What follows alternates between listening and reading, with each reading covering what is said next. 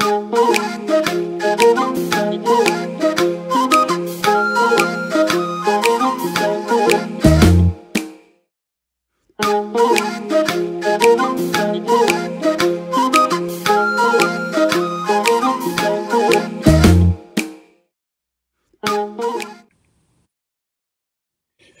ይስጥልን ውድ የማገር መገናኛ ቤተሰቦች፣ በዛሬው ዕለት አንድ ልዩ ዝግጅት ይዘንላችሁ ቀርበናል።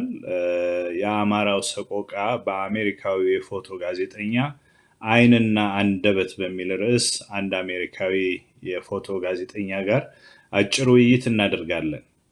የዚህ ፕሮግራም ዋና ዓላማ የአማራውን ሰቆቃ ብቻ የምናወራበት ሳይሆን እውነት ተሸፍና ስለማትቀር መውጣት አለባት፣ በጋድ መውጣት አለባት።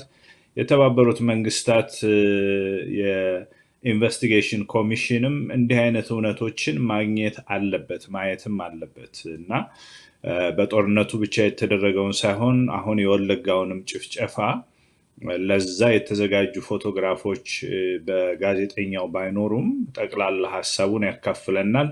አብራችሁን እንድትቆዩ ጋብዛለሁ። እንመለሳለን።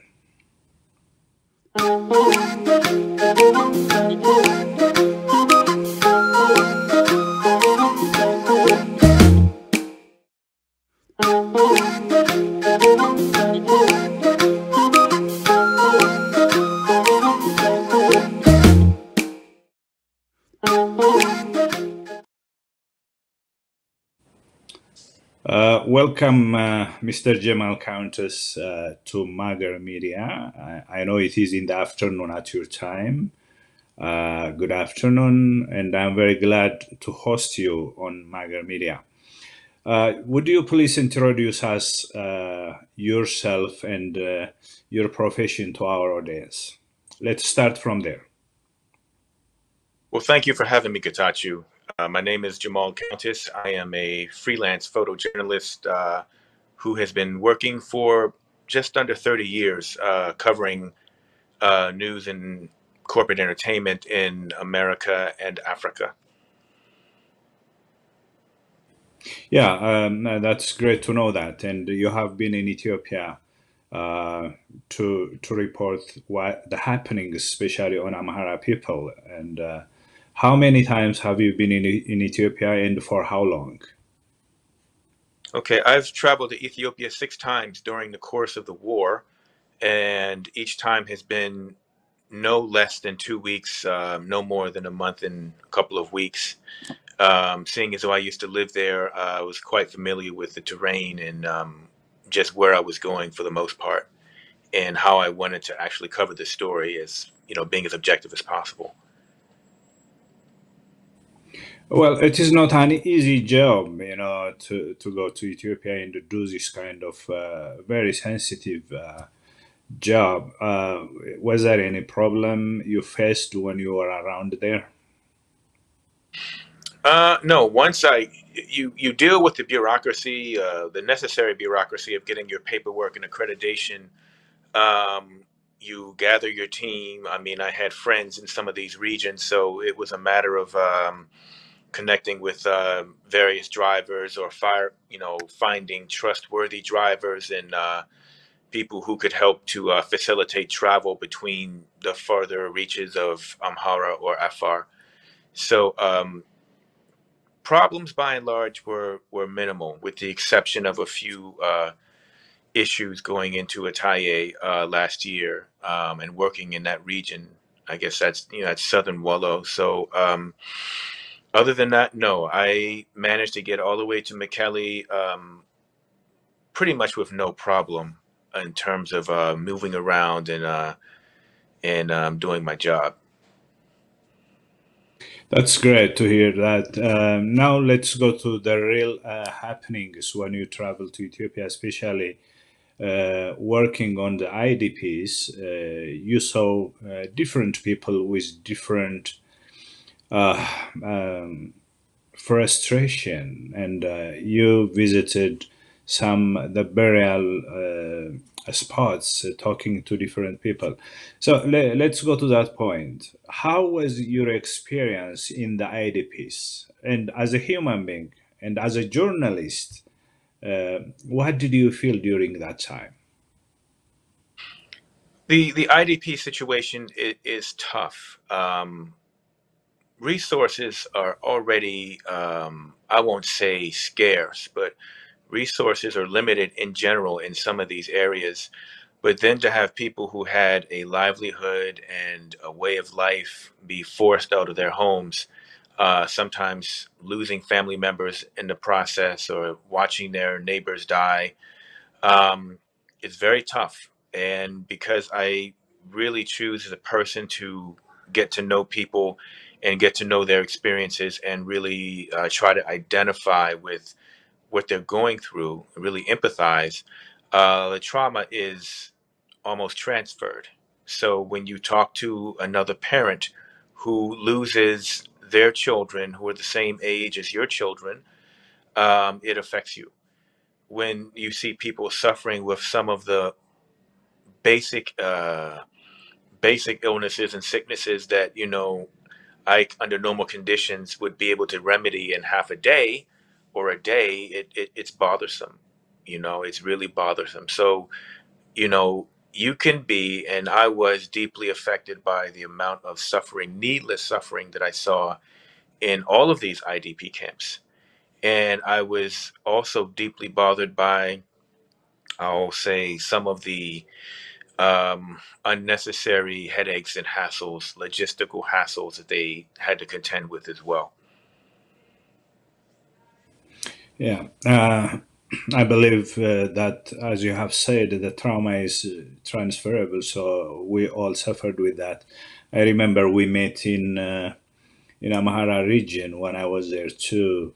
So you have been taking different pictures as a journalist, as a photojournalist. How much those pictures, those photographs are speaking about the people? Well, what I choose to do, and it may be unorthodox in terms of what other journalists do, is I spend time with the people that I'm covering. I try to know as much about them and their environment as possible. And there may be situations where, they don't want to be photographed. They will talk to you, but they don't want to be photographed for security reasons or just, you know, not wanting to feel or be exploited. And you go with that. You give people the dignity and the respect that they deserve, considering their circumstances. I've found that a lot of people who have come into the region still don't really comprehend what it is to be an IDP or to be a person in a region that's torn by war. I think that some journalists, when they come to Ethiopia or when they come to Africa in general, they bring their stereotypes with them, and they seem to forget that they are talking about other human beings, that they're dealing with people who've lost almost everything, lost husbands, wives, children, what have you, and are wrestling with multiple traumas and different layers of trauma. And so everything is not going to be up to snuff. If I am back in Dese 3 weeks after its occupation and liberation, I'm not going to go to a hotel expecting 5-star service. I mean, I'm happy just to have a working hotel. If the water's not running, tough. If there's no electricity for half of the day, tough. It is what it is. It's a an environment that's been affected by war and was in direct combat. So people seem to forget these things. And then when it comes to dealing with people, African people are not allowed to be traumatized. They're just expected to be, I don't even know how to describe it. Just like, okay, well, these are just people. These are just Africans. They're not capable of feeling pain. They're not capable of being traumatized or being sad or um, being deeply affected by the war that they have experienced firsthand. So it's troubling, and I found myself outside of connecting with you and a few other humanitarians and a few trusted journalists. I've done everything solo because I have just chosen to do that. I can move faster. I can really spend time working on stories. And if I were to go to China and had only talked to two people, I would have been fine with that. You know, it's not a numbers game where you go into an environment and you want to try to rack up as many stories as possible. sometimes it is just a matter of being completely sensitive to who you're dealing with and looking at people as human beings. Yeah, just let's talk about some pictures, some photographs you have taken. You can tell us where those photographs are, what kind of people you have been talking to. I know all are in the IDPs area, but let's be specific. I guess this woman is in Wallo, IDPs, right? Yes. She's a IDP Yeah. from From where? from Walega. From Olega. So Yes. she is displaced from Olega. You found her in Wallo IDP. She's crying. Her tears are just flowing down on her face. It's not easy to see these kinds of pictures. Would you tell us a little bit about what the message is on her face? Different people may feel different about it. Just let me know your feeling about it. Well, I went to this camp with Sheba Takesta. I'd been to this camp a couple of times before, as I had gone to different IDP camps up and down the A2 and throughout Wallo and the Amhara, in the Amhara region in general. So we had, they recognized me and they knew who I was, and I said I wanted to hear some stories, and I wanted my colleague to hear these stories and do some interviews. So this is, we are in a circle of survivors, men, women, and children. And so different survivors were giving account of what forced them to leave Walega and under what circumstances they left. And in this particular circumstance, she'd been listening to the testimony of a woman who'd lost members of her family violently. And everybody in that camp has lost homes or loved ones, have experienced like deep core trauma, and have not had any way or have received any treatment for that.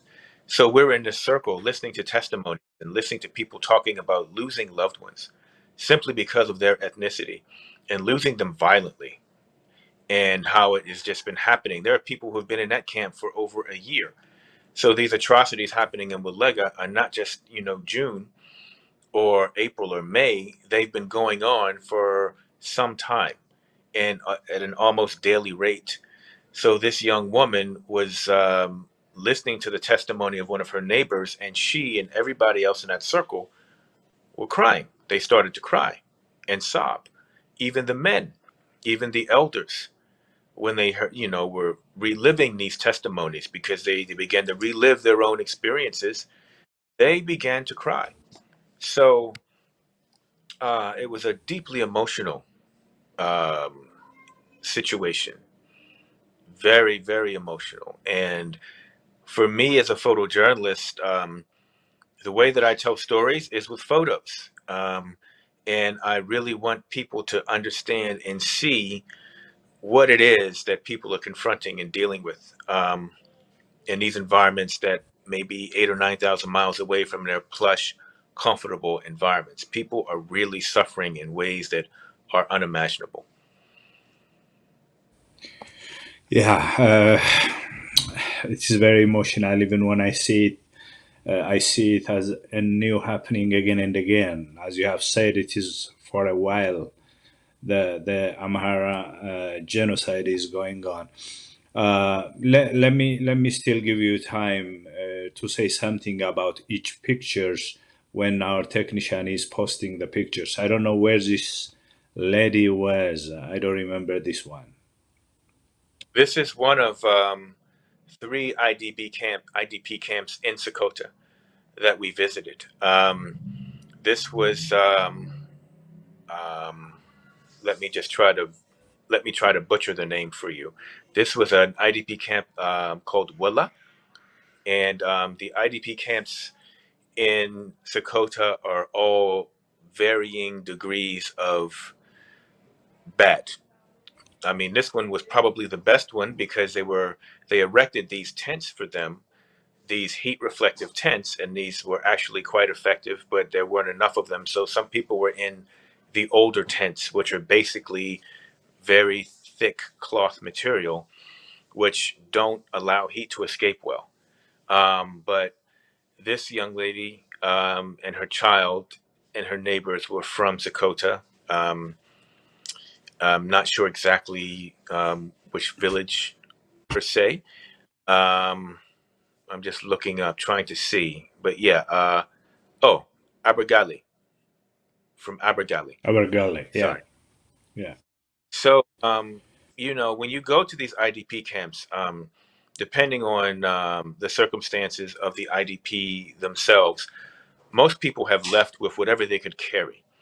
Some people have some time or had enough time to maybe bring some clothing, some basics, but basically people arrive in these IDP camps with no sleeping materials, no cooking materials, just basically Nutellas and Gabbies and whatever else they can find and grab quickly when they're leaving and fleeing.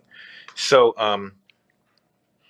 yeah, she was just there, and it was just a look of, she's traumatized. I mean, she's sitting there, she's got a baby, she's like, I've got to take care of my child, I've got to take care of my family. What do I do?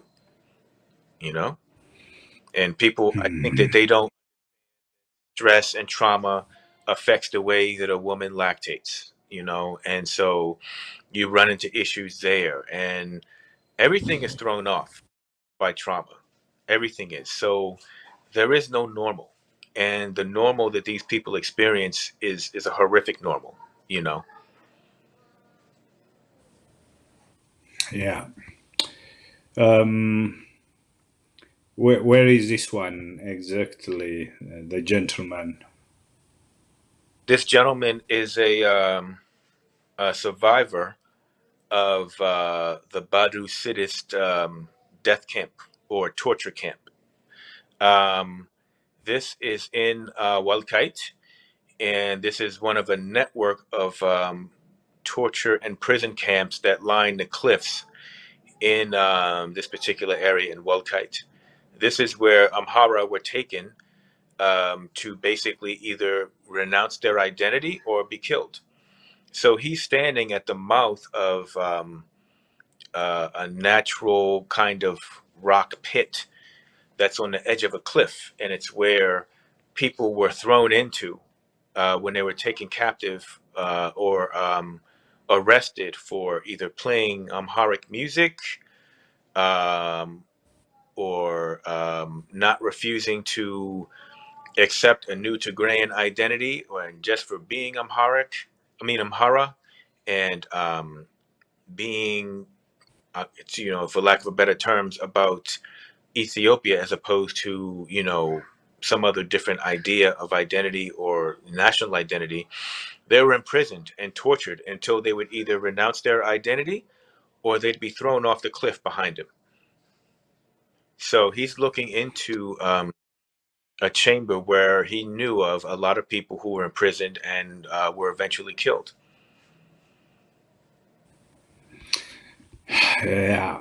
ውድ ተመልካቾቻችን ይህንን ነገር እንደ ቀላል እንዳታየው ትጠይቃለሁ። ለእኔ አዲስ ነው። ሁል ጊዜ ሳየው በጊዜው በቦታው ተገኝቼ ተዘዋውሬ ብመለከትም አማራ በአማራነቱ እየደረሰበት የነበረው አሁንም ያለው ሰቆቃ ቀላል አይደለም። ይህ አሜሪካዊ ጋዜጠኛ በአይኑ ያየውን እየገለጸልን ያነሳውን በአንደበቱም እየነገረን ነው ያለው። ስለ ሰቆቃ ብቻ የምናወራ ሆነን አይደለም እለት በለት፣ ነገር ግን የመፍትሄውን ባለቤቶች እኛው ነን። ይህንን እንዳው በመካከል ማሳሰብ እወዳለሁ። Let me back to you. I was just telling in Amharic our audience, this is not an easy issue. When we see these pictures, it is very touchy, very emotional. So we are not talking only the story. The solution is at our hand still. The Amhara people should stand together and get out of this kind of torture. Let's see the other pictures from our technician. Just go ahead, Jamal. Let me leave time for you. Okay. Well, this is a woman who was standing in at a distribution point at Chenna. I'm sure you're familiar with this situation. This woman Yes. had lost her husband during the massacre at Chenna Tekla Hamaynath, and she was just striking in her composure. And she was standing in the line for those people who had lost loved ones. So she had lost her husband, if I'm not mistaken. And so here it is, when you get to Chenna on the way to Debark, and you come to this area where Chenna was, and it's just beautiful rolling hills, mountains, green, lush green area. And, you know, to contrast it with the fact that such a violent massacre took place on a holy day, on, I believe it was Tekla Hamaynath, actually, the day the Tablet had come out, and they were at church, and people were celebrating. So people are looking forward to where the priest is speaking, where the Tablet is. And to have gunmen come from behind you and just start firing and killing is completely evil. So if my memory serves me correct, it was confirmed that there were 204 fatalities. That was the final number, because they came to the church and started shooting. Then the next day they went door to door. So all in all, 204 souls were taken. Half of those at church during the service. Well, it wasn't Kadasi because it was a holy day. It was a high day. So the sermon, the preaching, and she was just there, and it was, to me, I'm still trying to take all of this in, and I didn't really realize the depths of the tragedy until I actually got to the church itself. It's one thing to interact with people who've been displaced or been the victims of trauma, but then to look at the environment and deal with the circumstances in which it happened, it really does something to you. It sets the tone. It brings home a reality.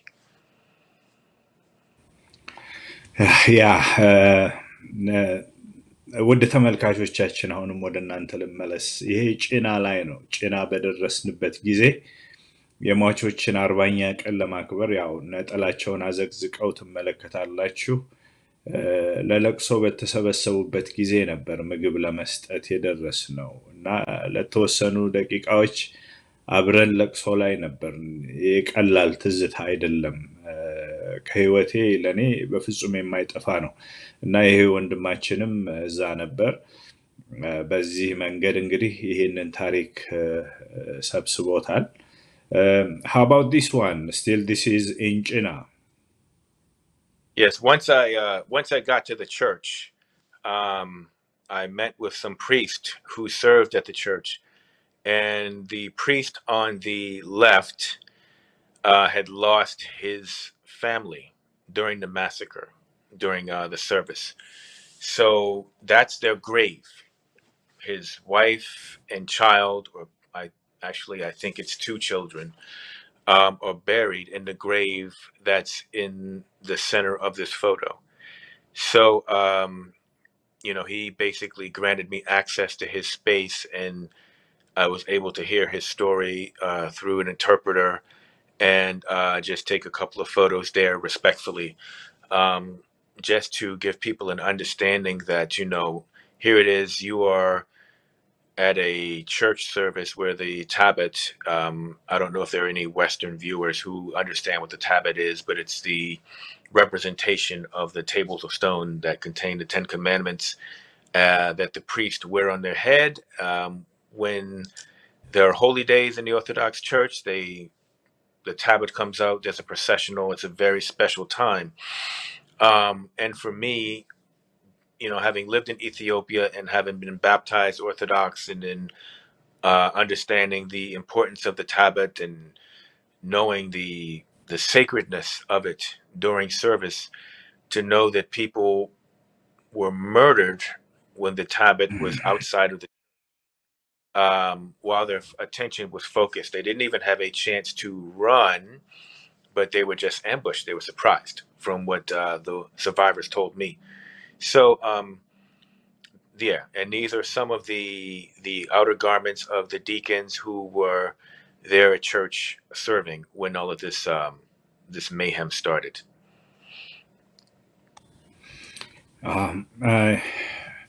Just let me ask you, at the middle of your explanation about the pictures, have you ever tried to send these kinds of evidences, the pictures, to the United Nations Human Rights Division, or any that kind of organization in the world?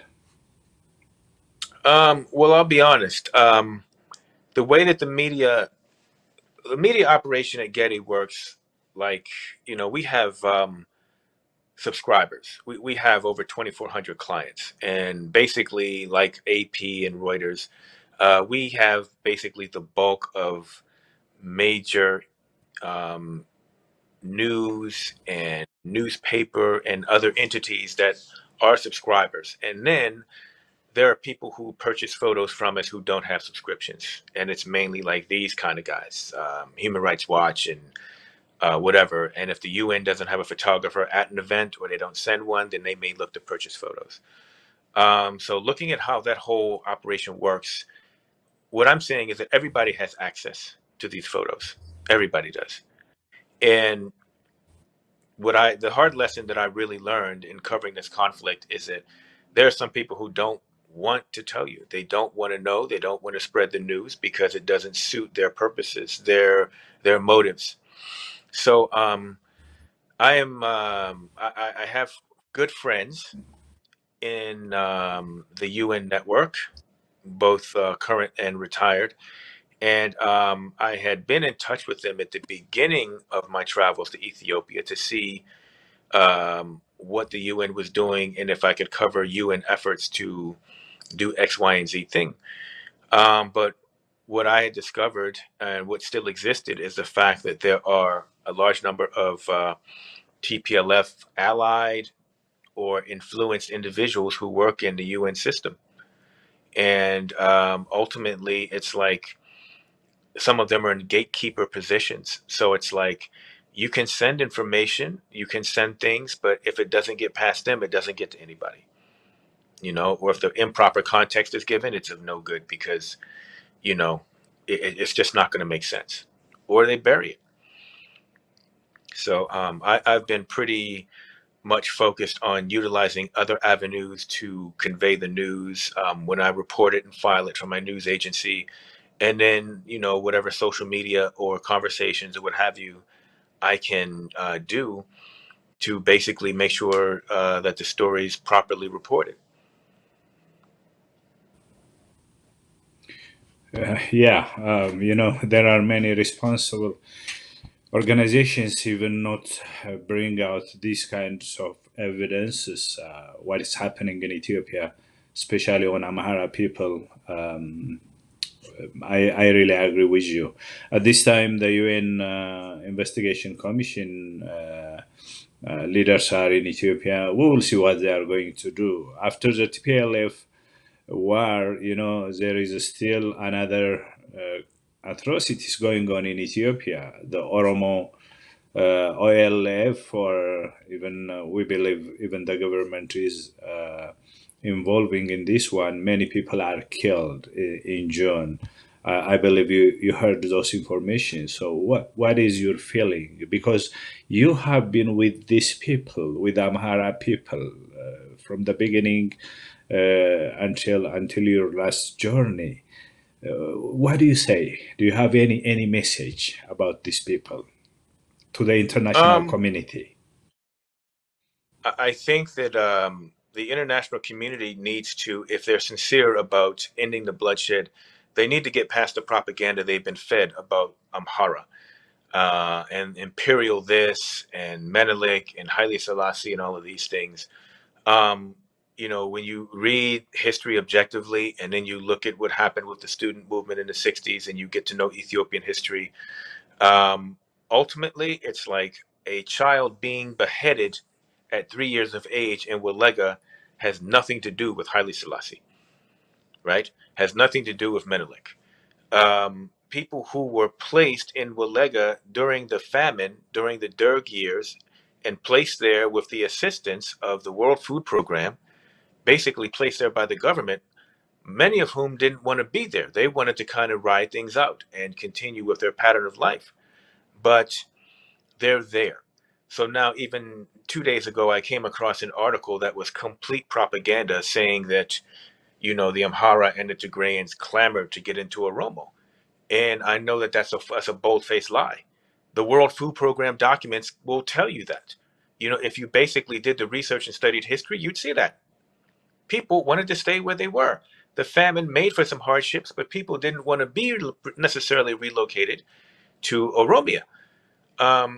So the proper context needs to be given to the situation for people to, if the outside world is serious, to really understand, and they have to understand that there are people who are nefarious or have nefarious objectives with what they're doing. The propaganda against Amhara is insane. And having lived in Ethiopia and being married to an Amhara woman and with Amhara children, and she herself being a historian and history teacher, it's disgusting to me to listen to that, and then to come back to the U.S. and float among these international minded individuals and our politicians and see that they fall for this propaganda. So I think that if people want to be serious about making change, they need to educate themselves, really educate themselves. And it doesn't take much. It doesn't take much. But what the TPLF did ultimately in using the OLF and the OLA and the Oromo extremists is to snow the world, control the narrative like they'd always done when they were in power. And you have people believing that, right is wrong and wrong is right. People are believing that red is blue and blue is red, So I just think this is about proper education, and it's about looking at humanity, Yeah. That is a great message. The international community should open their eyes and find out the truth instead of being deceived by the deceivers. The crime against Amhara community is still going on. Many are killed even by now. We have to stand together. That's our call to the international community. Let's stand up together to protect Amharas, to protect human beings in Ethiopia. There are about 3 pictures remained, and we will see those ones. You will tell us about that, and I think you have a plan to have a photograph symposium in different places. So you will tell us about that, and if there is anything remained, feel free to tell us. Let's talk about this picture. I know this girl at the middle. I met her in China. Her father is slaughtered in front of her. I remember that one. Would you tell us about it? Well, this was a few minutes before the photo of the other woman, where those who had lost loved ones and family members or their providers, they were lined up. They were receiving the aid first. And, as a photographer, this struck me because of the color contrast. But then her story and looking at it. And then, like I've said before, it's like, when I came back from my cadre, I had the freedom and the access to talk to a doctor about PTSD and to receive treatment for free. And, here it is. I look at the fact that some of these people have witnessed horrific things. What I saw was nothing at all. Even the pictures from Ataye and from Mexico, with slaughtered children and really brutalized human beings, was nothing compared to actually watching somebody that raised you, that you grew up with, somebody that, was your husband or somebody who might have been your child, killed in front of you.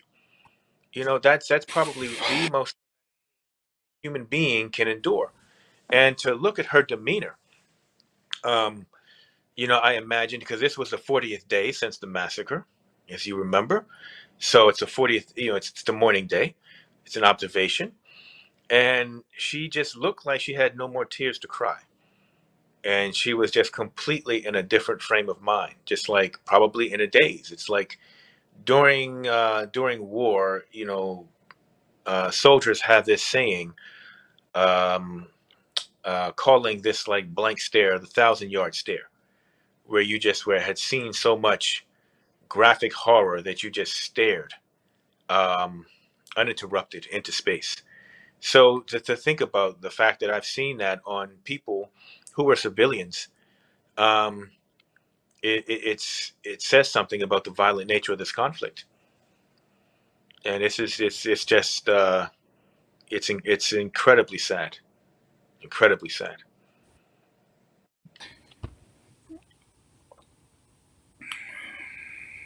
Let's continue This on is this one. this is Afar. And I will tell you honestly, because I want to be accurate as to exactly where this is in Afar. Um, this is Afdera. So I went to an IDP camp in Afdera, and one of the things about Afar that is really poignant is that most of these IDP camps are occupied by women and children and elderly men, because the younger men and men of age are fighting. They're on the front lines. So once again, you have people who already survive and endure in an extreme environment. They're pastoralists, and they've lost access to the places they called home. The TPLF was particularly brutal in Afar because they destroyed home building materials. They destroyed people's plots. Um, they were unmerciful to the Afar. And the Afar basically fought back and fought against them valiantly and pushed them back to the border. But people endured hellish things in Afar. And I don't think that the extent of Afari's suffering has really been talked about in this conflict. Their heroism, yes, but the suffering, no, I don't think so.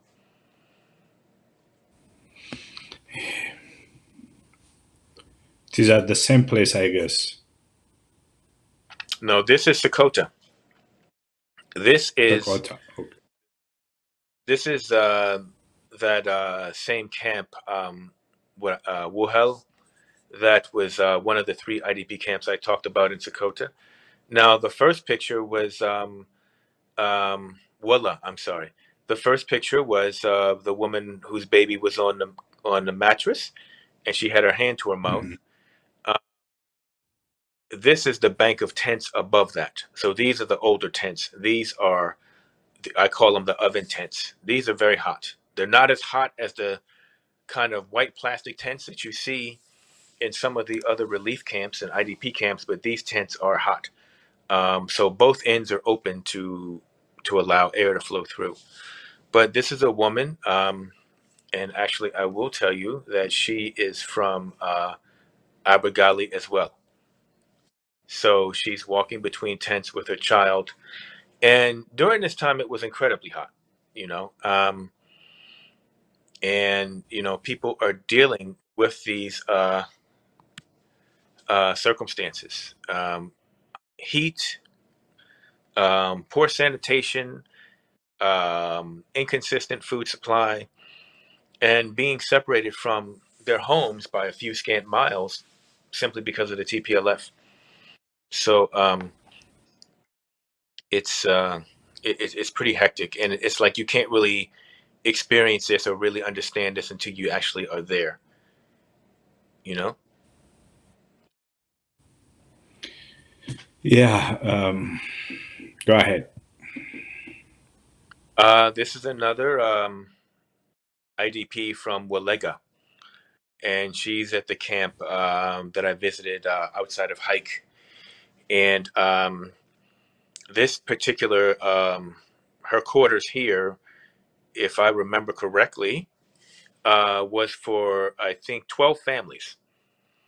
So 12 families with children, by the way, lived in this area. And there's another photo where you just see five mattresses side by side.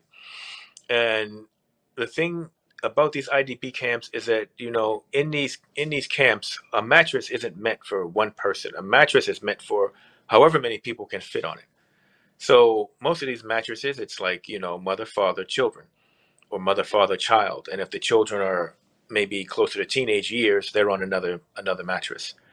So you have these areas that were created out of old structures, mainly schools, which were never meant to house people. They were never meant to be lived in. They were never meant to have indoor cooking or what have you. So you have people living or eking out an existence in whatever they can live in. So imagine when it's rainy season and people are trying to cook inside. What happens to carbon monoxide? What happens to the smoke? What happens to people's lungs? You understand? So um, everybody was out and about at this time when I took this woman's photo. But at night, that whole tent is full of people.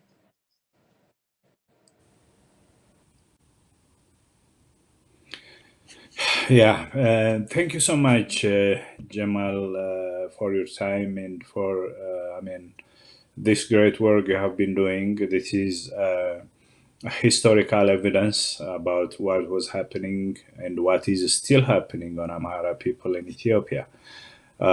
So just tell us about your plan. I think you have a program next week in Los Angeles and different areas. Let's just make known to our people, and we will wrap up with that. Okay. As you know, as we've stated, I've been covering the IDP situation for the bulk of the past 16 months. I've been covering the war, and the IDPs from the Amhara IDPs from Walega have not really been given proper representation. Their stories are not being told outside of Ethiopia. Um, so what I've decided to do is I created an exhibition called Tears of Walega, and I will have the first exhibition next week in Los Angeles, in Santa Monica. I'll provide the address and things to you later today, but I will jump from Los Angeles and hopefully grab Sheba Takesta, and we will do a full-on presentation in the rest of the cities. Washington, we're eyeing New York, we're eyeing Atlanta, and a few other cities in the U.S. and Canada. And then, God willing, we'll jump to Europe. So I had done a fundraiser to raise funds for that. Um, and what I am doing is creating two sets of prints to do simultaneous exhibitions in different parts of the world. So that's my plan. That's what I'm looking at doing right now.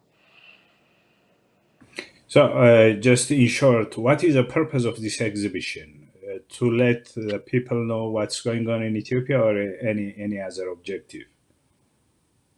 It's to let people know what's happening. Part of what I've been discovering over the past month or years is that they have a detachment from what's happening because they're looking at photos on a phone. Some looking at photos on a computer, and you turn that phone off or that computer off. It seems like you may remember the image, but your attachment is severed. My opinion, you know. So physical photos, life-size photos, always resonate with people and they stick with people. And it's not like pixels and, turning a camera on and off or turning a phone on and off. They exist, they're physical, they're tangible, and, they have an effect on you.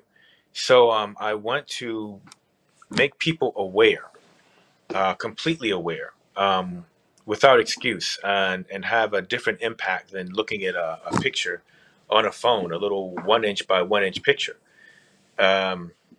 Is not the same as looking at like a 30 by 40 inch print, where you can make eye contact with the subject and the subject's eyes and face are the same size as yours. So you can actually look into their environment. So it's awareness building, not just for the Ethiopian community, but for everybody. Everyone in my networks and everyone else who wants to, be a part of humanitarian actions and, bringing an end to bloodshed and violence, it's for them as well. Thank you so much, Jamal Countess, photojournalist in the United States and Africa and even different parts of the world. I really appreciate what you have been doing and still what you are doing. I really acknowledge your stand for the truth, and that is a great value for your profession and our people. I just want to speak in America about the exhibitions. እንግዲህ እውነተኛ ኢትዮጵያውያንን የምትሉ ወገኖች ማንኛውም የአማራ ኮሚኒቲ ማህበረሰብ ለውጭው ዓለም ህዝቡ ሁሉ በማሳወቅ ይሄ ኤግዚቢሽን እንዲታይ ብታደርጉት መልካም ነው። እንደተናገረው ጀማል የአይን ምስክር ነው። ፎቶግራፎቹ እነዚህ መረጃዎች በድምጽ ጭምር እየተናገረ ሲያሳያቸው ትልቅ መልእክት አላቸው። ትልቁ ቻሌንጅ ግን እንግዲህ ይሄ አሜሪካዊ ጋዜጠኛ እንኳን ይሄንን እየሰራ እኛስ ምን እየሰራን ነው? እያንዳንዳችን ራሳችንን ልንጠይቅ የሚገባ ጥያቄ ነው። በትዊተር ላይ የተሰማራችሁ፣ በማንኛውም ሶሻል ሚዲያ ላይ ያላችሁ እውነተኛ የአማራ ልጆች፣ እውነተኛ ኢትዮጵያውያን ሁሉ በትልቁ ዘመቻ የምናደርግበት ጊዜ ነው። አንዳንዶቻችን በቃ ስለ አማራው ሰቆቃ ማውራት እናቆም፣ ምንጩን ብቻ እናድርቅ ትላላችሁ። ወደ ምንጩ ማድረቅ እየሄድን ነው። ስራው እየተሰራ ነው። አንዱ የምንጩ ማድረቂያ መንገድም ደግሞ ይሄ ነው። እውነቱን በማሳየት የዓለምን ህዝብ ቻሌንጅ ማድረግ፣ መሟገት።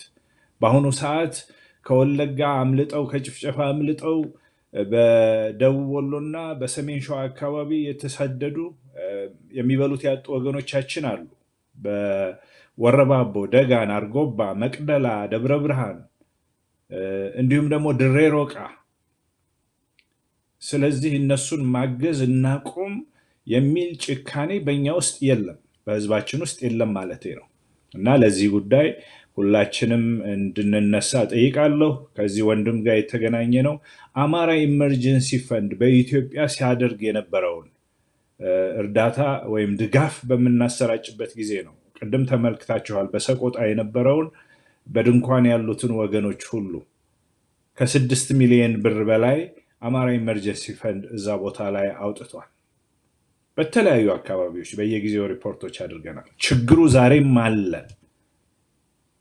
ስለዚህ አይናችንን እና እጃችንን ከዛ መሰብሰብ የለብንም የሚለውን መልእክት እኔ ራሴ በግሌ ማስተላለፍ እፈልጋለሁ።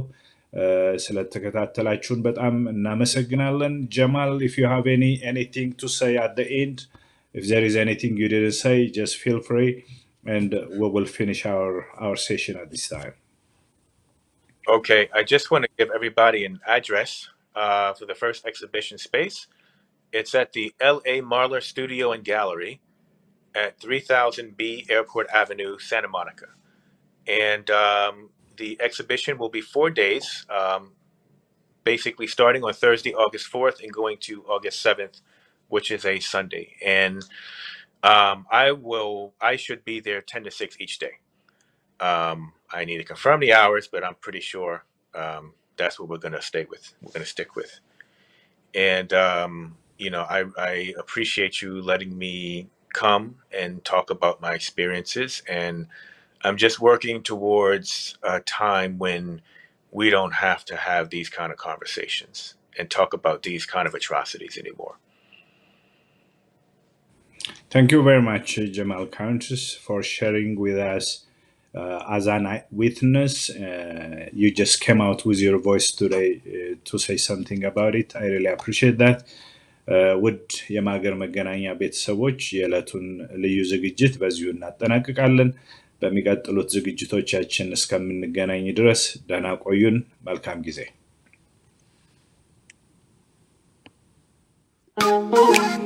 Thank you.